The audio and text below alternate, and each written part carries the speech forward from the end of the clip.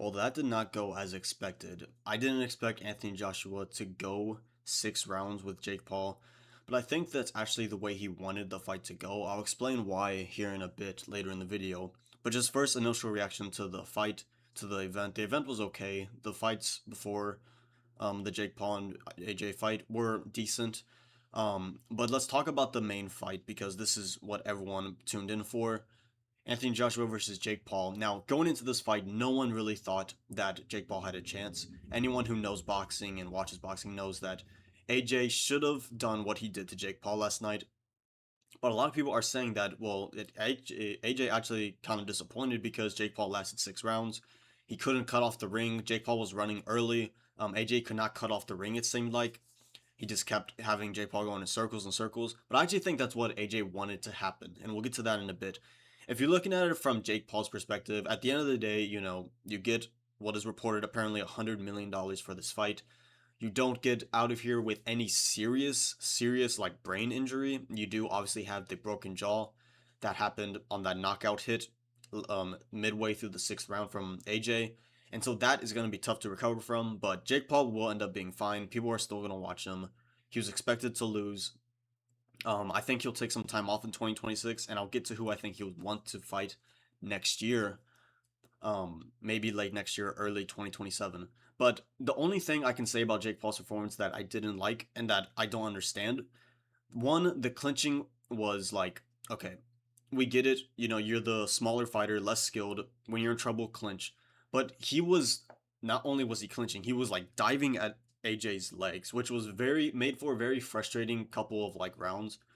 Um, I know some people were saying that AJ was putting his weight on Jake, and I think he was initially, but there were at least one or two occasions, maybe even three or four, where Jake Paul, instead of clinching, he just like went down for his legs and wasn't even trying. I think he was trying to get some extra time to like catch his breath, and until the ref calls it, yeah, you can't stop doing that. I mean, Jake Paul kept doing it.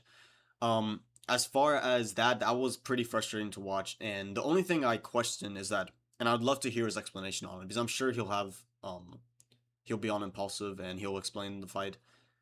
I get the game plan. Move around the ring, get Anthony Joshua frustrated. So by the time it's like fourth, fifth, sixth round, AJ goes in for something, possibly rushing it, and Jake catches him. Not only did Jake catch him in one of those rounds where he got him with the right and it did not phase AJ at all, like if that was the plan, Jake should have known that he was going to have he needs to have really good cardio because if you're moving around that ring that much in the early rounds and you want him to get frustrated and flustered, you need that power to land that right when he does come in. And he just didn't. And he got tired very quickly. I think he was moving way too much. I think he didn't need to move that much. In particular, round one, where AJ was really not doing anything. He was just filling him out.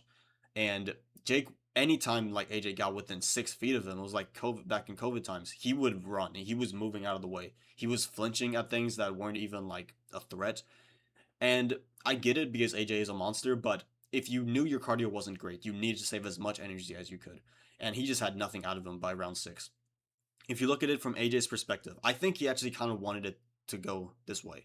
If you remember leading up to the fight, in the buildup of it, he said, I want to break his face, I want to break his body, I want to break his soul.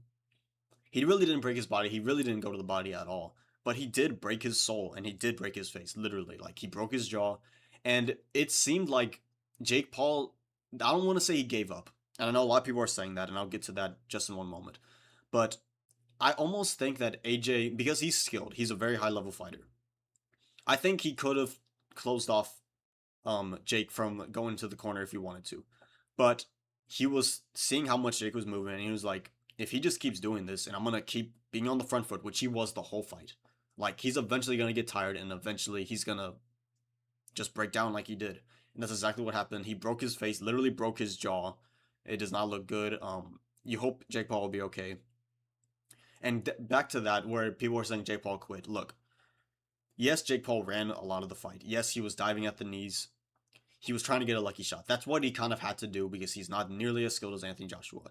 Is it right? Is it fair? Is it entertaining to watch? No, not even close. Did he quit?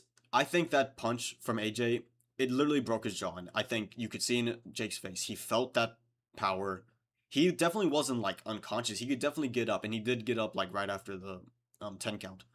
But his jaw was broken and he did not want to continue. I think even if he did get up, I think his team would have probably stopped in because the only thing that would have happened after that is either more damage to the face or a knockout. And Jake knew that, his team knew that, AJ knew that, and it was a business decision to stay down.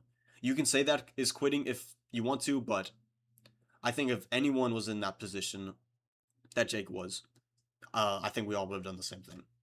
And I see people saying that it's like, oh well, I would fight AJ for 100 million.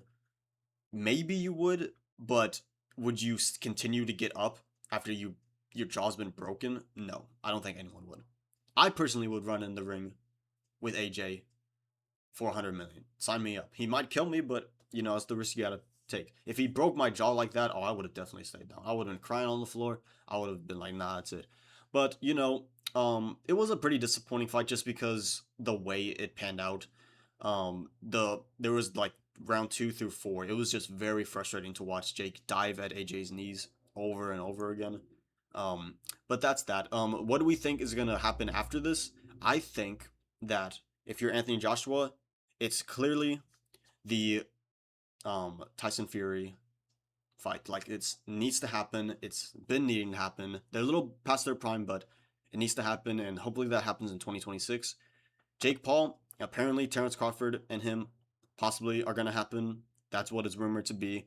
I could also see Canelo, but again, I think it'll be late 2026 or early 2027 for Jake. I think he's gonna take time to recover his jaw, get back in the shape that he wants to. I think he's gonna come in a little lighter, and that will be that for Jake. So let me know what you guys thought about the fight. Do you think Jake was running? Do you think it was a boring fight? Do you think AJ disappointed? Let me know in the comment section below. I would love to hear from you guys. If you guys agree, disagree, let me know down below.